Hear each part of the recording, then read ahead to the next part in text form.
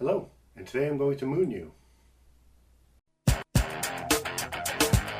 This is the O Review podcast.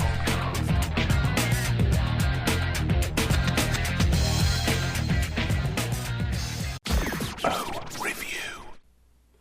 Alright, so I'm back in the swing of things, or at least trying. It's kind of late in the week, and I like to get things recorded earlier so I have time to process, but, as life goes, sometimes you don't have the option. So what I'm trying to do is just move forward with all the models that I have, just chronologically get to the next one. So I took a look at my list, and the next one is the Moon. Now, the Moon was released in 1998. It's the same year that the Mars was released. And as you remember, the Mars was an X-metal model, and this was the O-metal counterpart.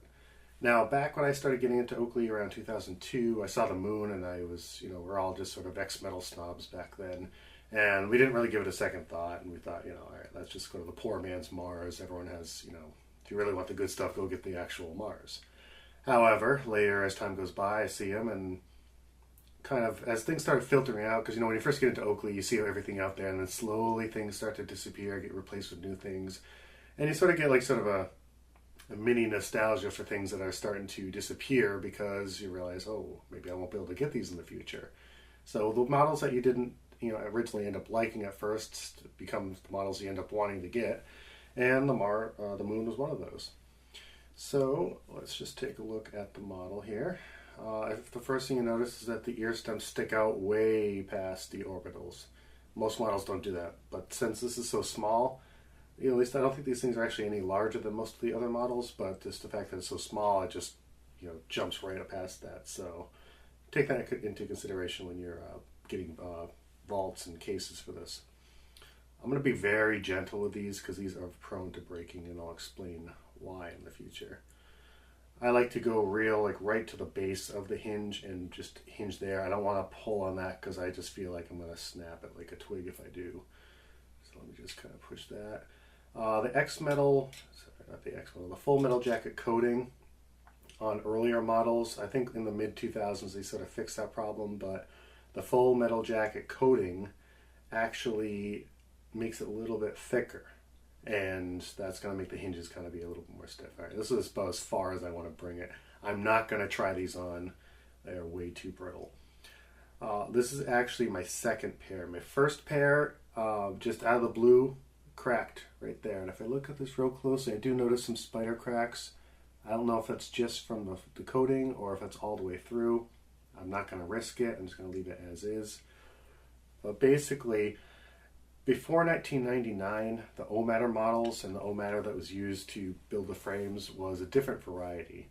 And it was very prone to cracking. So that's why you see, like in 1999, everything changed. Not only did the icons go from molded to metal, a lot of styles were redesigned, but also the formula for the O-matter also was redesigned. So when I'm kind of putting a base material for any pair of glasses, I always differentiate O-matter from pre-1999 to 1999 and above, just so you kind of know what kind of frame material you're dealing with. So this is, along with the top coats, are probably the two models that are just real prone to breaking. The top coat I'm probably going to review next week was also a model that broke, and I had to fix it.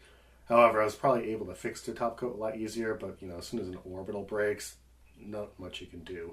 At least when the stem breaks, you can kind of drill out and put a pin in there, glue it. No one's the wiser. But if an orbital breaks, you're really pretty much out of luck. So you can really feel it. If you notice, it's a very hollow sound. These things really weren't meant to withstand anything. So really, these were ideally just a fashion piece, kind of like the Mars. Like the Mars, it does have the faux rivets, so you do get some accent stylings here, and all of them have it. Just to kind of go over the colorways, this is the full metal jacket with black iridium. There's also a tortoise, which was later brown tortoise, with gold, and then there's just a regular matte black with black, or just maybe just flat black. It wasn't polished, but it was just sort of that normal black with black iridium. And that one actually took me the longest one to get. I was able to find these all over the place. I found the tortoise ones were everywhere. Those things can go for like half price. But the black one just took me a while. I actually had to trade a leather straitjacket for it, but I had to, so I didn't really mind. It was just worth it to get the other piece in the collection.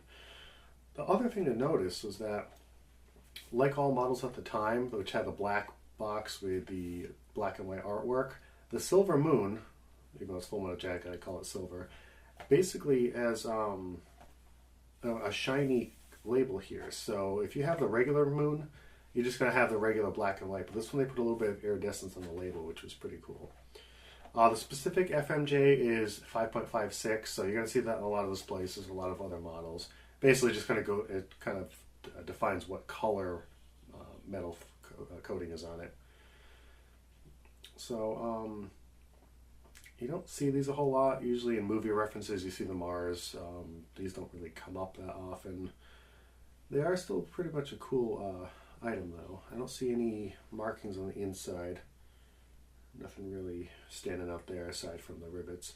I do believe that the Mars and the Moon share nose bombs. They were a similar model, and it's just a oval that kind of hooks over a hook. The one major thing you might notice, though, is that there are no icons on this.